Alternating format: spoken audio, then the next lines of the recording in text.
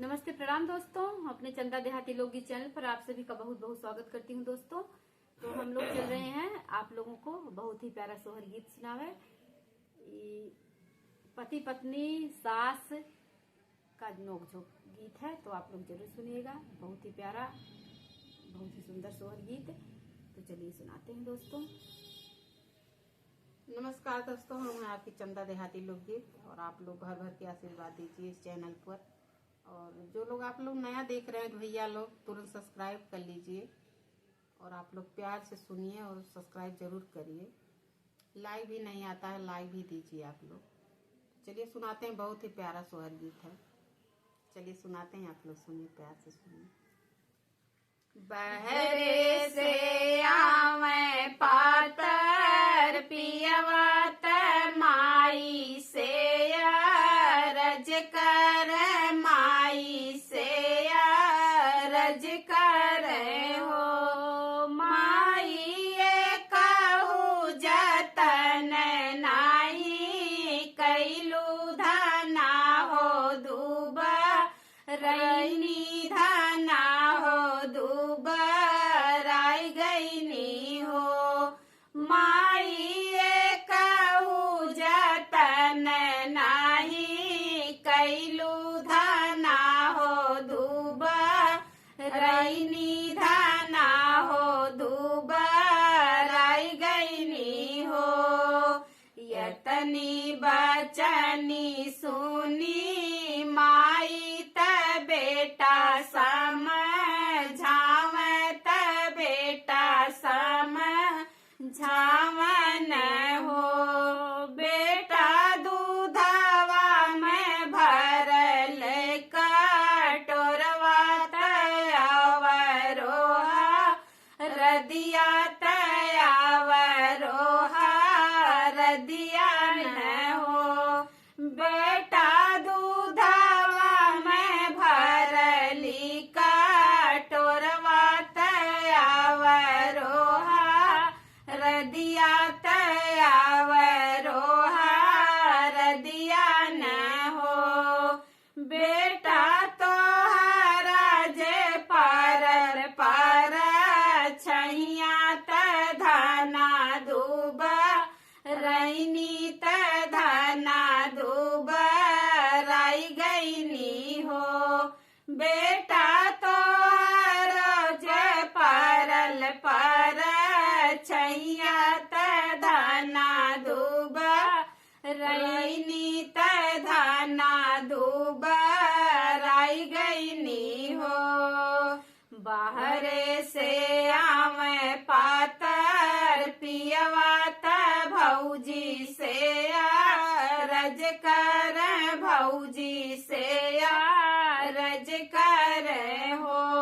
भौजी ये कहू जतन नाही, कैलू धना हो दुबराई धना हो दुबराई गईनी हो। भौजी ये कहू जतन नाही, कैलू धना हो दुबराई धना हो दुबराई गईनी हो। यतनी बचन सुनी भौजी त देवर से रज कर, देवर से रज कर हो। देवर भरल कटोरवा के दूधवा तयावरोबे सहनी तयावरोबे सहनी न हो। देवरू भरल कटोरवा के दूधवा तयावरोबे सहनी तयावरोबे सहनी न हो। देवरू तोहरा जे परल पर छैया त छोटी दुबराई त छोटी दुबराई गईनी हो। देवर तोहरा जे परल पर छोटी दूब रैनी त छोटी दूब राई गईनी हो। बहरे से आवे मारा पियवा त बहिनी से रज कर बहिनी से रज कर हो।